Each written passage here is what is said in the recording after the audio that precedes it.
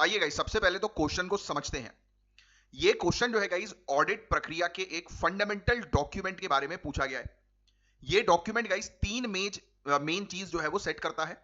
एक है स्कोप, यानी कि दायरा, मतलब ऑडिट कहां तक फैला होगा, किन एरियाज को कवर करेगा, जैसे कि पे रोल, इन्वेस्टमेंट, और किन को नहीं करेगा, है ना। दूसरा है टाइमिंग, ऑडिट कब शुरू होगा और कब खत्म होगा, फील्ड वर्क कब होगा, प्लानिंग फेज जो है वो कब होगी, ये पूरी चीजें। और तीसरा है डायरेक्शन, ऑडिट किस अप्रोच से किया जाएगा, जैसे कि हाई रिस्क एरिया पर ज्यादा फोकस रहेगा कि नहीं, ये सब चीजें। और सबसे जरूरी बात, ये डॉक्यूमेंट एक ब्लूप्रिंट की तरह काम करता है गाइस, जिसके बेस पर बाद में डिटेल्ड ऑडिट प्लान जो है वो बनाया जाता है।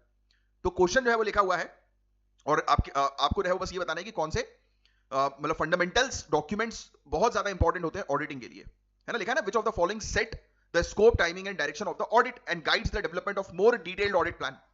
तो पहले की अगर हम बात करें ऑप्शंस में, ऑडिट प्रोग्राम, तो ये गाइस डिटेल्ड ऑडिट प्लान का ही हिस्सा है।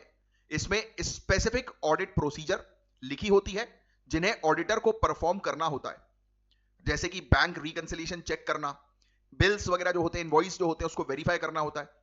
तो ये स्कोप, टाइमिंग, डायरेक्शन सेट नहीं करता, बल्कि उन्हें फॉलो करता है। तो ये इनकरेक्ट है। दूसरे ऑप्शन की बात करें, ओवरऑल ऑडिट स्ट्रेटेजी, तो ये एक हाई लेवल डॉक्यूमेंट है। ये ऑडिट प्लान से पहले बनाया जाता है। ये डायरेक्शन, स्कोप और टाइमिंग को डिफाइन करता है और बताता है कि हमारा ऑडिट का अप्रोच क्या होगा, और ये फाउंडेशन देता है जिसके ऊपर डिटेल्ड ऑडिट प्लान बनता है, जो कि क्वेश्चन में एक्चुअल में पूछा गया है। तो ये वाला ही ऑप्शन बिल्कुल करेक्ट है।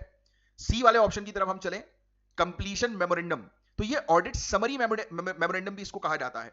ये ऑडिट के एंड में बनाया जाता है, और इसमें ऑडिट के दौरान मिली जो कुछ फाइंडिंग्स होती हैं, स्टडी होती है, कंक्लूजन होता है, राइट, और इंपॉर्टेंट कुछ चीजें जो होती हैं उसको समराइज किया जाता है। तो ये प्लानिंग का हिस्सा नहीं है। फिर ऑडिट प्लान की तरफ हम चलें, तो ये एक डिटेल्ड डॉक्यूमेंट है जो बताता है कि कैसे ऑडिटिंग होगी। इसमें ऑडिट प्रोग्राम, प्रोसीजर्स और nature, timing, extent of procedure, ये सब चीज शामिल होती है। हालांकि ये डिटेल्ड प्लान है, पर ये ओवरऑल ऑडिट स्ट्रेटेजी से गाइड होता है। तो स्ट्रेटेजी पहले आती है और बाद में प्लान जो है वो बनता है। और क्योंकि देखो, सवाल जो है वो स्ट्रेटेजी बनाने वाले डॉक्यूमेंट के बारे में पूछा है, ना कि डिटेल प्लान के बारे में। अगर डिटेल प्लान के बारे में पूछा होता तो ऑडिट प्लान सही आंसर होता, बट स्ट्रेटेजी के बारे में पूछा। देखो क्लियरली लिखा हुआ है कि which of the following sets the scope, timing and direction of the audit and guides the development of more detailed audit plan. तो ऑडिट प्लान को कौन गाइड कर रहा है? Overall audit strategy. तो ये सब चीजें जो है ना, ये आपको तब पता लगती है जब आप प्रॉपर तरीके से जो है वो अकाउंटिंग ऑडिटिंग पढ़ते हैं।